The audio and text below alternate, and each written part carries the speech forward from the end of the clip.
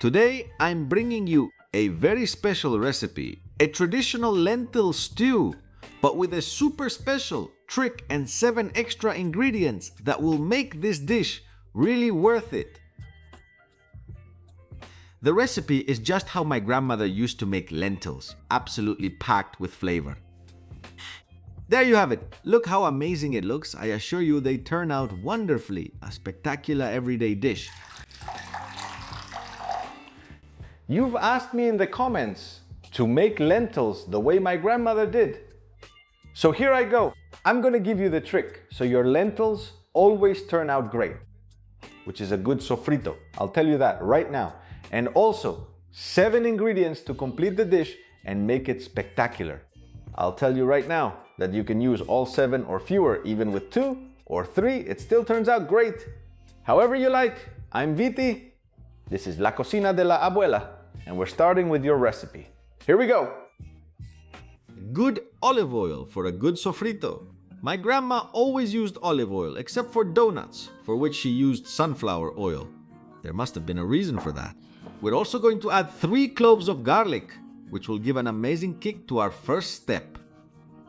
Chop the garlic, we want it finely chopped, so take your time and watch your fingers. The oil is heating up the garlic. In it goes. Next ingredient, an onion. There you have it. And what you're going to do is dice it into small cubes. We want small cubes, don't just cut it in half. It won't turn out as well. We keep going, being careful with our fingers, and soon we'll have our onion diced. As soon as you have it, don't wait. Inside, the garlic has started to sizzle, but it's not golden yet, so everything will cook together. Add a pinch of salt, and that way you'll get it. So, the onion sweats and cooks much faster. We sweat the onion. In 2 or 3 minutes, it'll be ready. Let's continue. A teaspoon of smoked paprika, my favorite paprika from La Vera. In it goes. Stir for 20 seconds. And don't get distracted. Let's go. An amazing touch of flavor. 3 tablespoons of tomato sauce. It gives the sofrito unbeatable flavor. You have to try it. Here we go. Just 3 teaspoons. We stir so the paprika cools down, and this will be ready in 20 seconds. Well, that's the best trick. The sofrito. With just this, you already have some amazing lentils, so write it down because they always turn out great. Let's move on to the most essential ingredient in the recipe, lentils. 300 grams of lentils. I've washed them with a bit of water and I'm adding them to the pot. Just so you know, they're Pardina lentils. Just a quick note. I've used Pardina lentils of the Pardina variety, which don't need to be soaked, so it's even quicker. Just a quick rinse to remove any dust or anything like that. And in they go.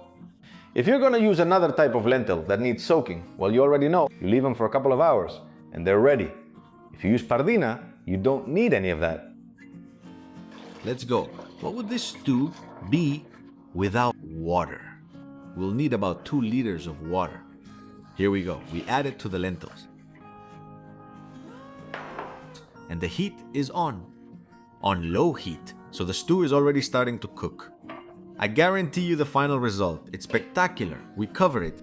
And now comes the moment for those 7 extra ingredients.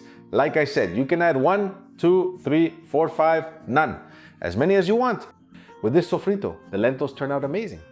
But with these additions, wow, you take it to another level. It's your choice. Let's get started. Carrots, a touch of sweetness. It works perfectly.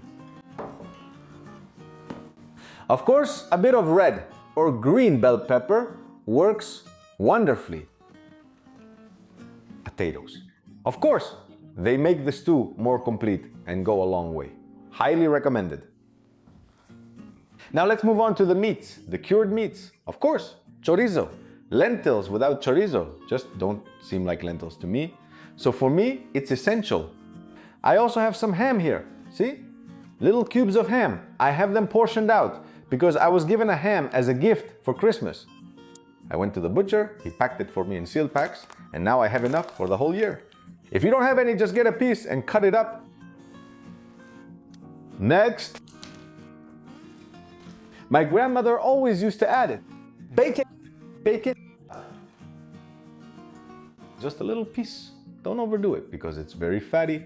And finally, a master touch that my grandmother always used. I have it here and I'm gonna show you. It's the only one that goes outside the pot. Eggs, some boiled eggs. Wow. They go perfectly with it. You have to try it. So go ahead with whichever ones you want or whichever ones you have. You're gonna end up with some top-notch lentils. Peeled, washed, and cracked potatoes. That way they release their starch and we get a nice thick stew. In it goes. There it is. Give it a good stir and we keep going. Next, peeled and washed carrots. We cut them into thick rounds like these. In it goes too. Into the pot. There we go. We're adding all the ingredients. Now for the pepper. We cut it into big chunks. Why? Because my kids don't like it. This way they can take them out. Into the pot as well. Let's go. See how the pot is filling up? Let's keep going. Favorite ingredient, chorizo. We cut it into slices and it's ready in no time. As soon as it's done, you guessed it. Into the pot as well. Right now I'm already doubting whether everything will fit or not. I think it will. Let's go with the pork belly. A few pork belly cubes, not too much. Just a handful. I like to find them in the stew. So let's go. In they go as well. Let's do this. Let's continue with this ingredient. It's the easiest one. Here we have the ham. I just opened the bag. I take a handful of these cubes of cured ham. In it goes. In it goes too. And look at how many things we already have. Amazing. If your pot is as full as mine, you should add a little bit of water. Just enough to cover it. See? There. Don't overdo it with the water either, or it'll end up watery and useless. Salt to taste. Be careful with the ham and that kind of stuff. That's it. Our stew is ready. Stir a little so the ingredients mix well and cook for 45 minutes on medium heat. Keep it well covered. It couldn't be easier. Meanwhile, I'm going to prepare the eggs. The water is already warm. I add the eggs and cook them.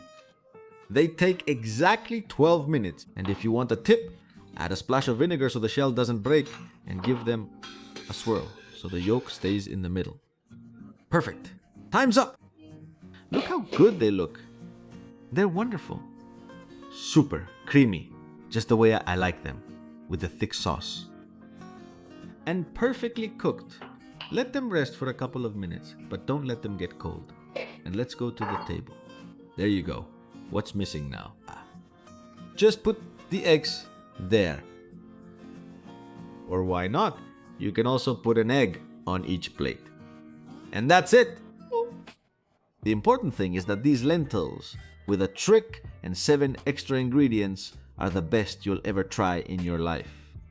Guaranteed. It's my grandmother's recipe. Look at this plate. And don't look outside the plate. I dropped a little bit. There it is. We top it with the egg. And we've got some spectacular homemade lentils. Who could ask for more? Pure wonder. Spoon at the ready. See, look. And now all that's left is for you to enjoy and make your loved ones enjoy it too.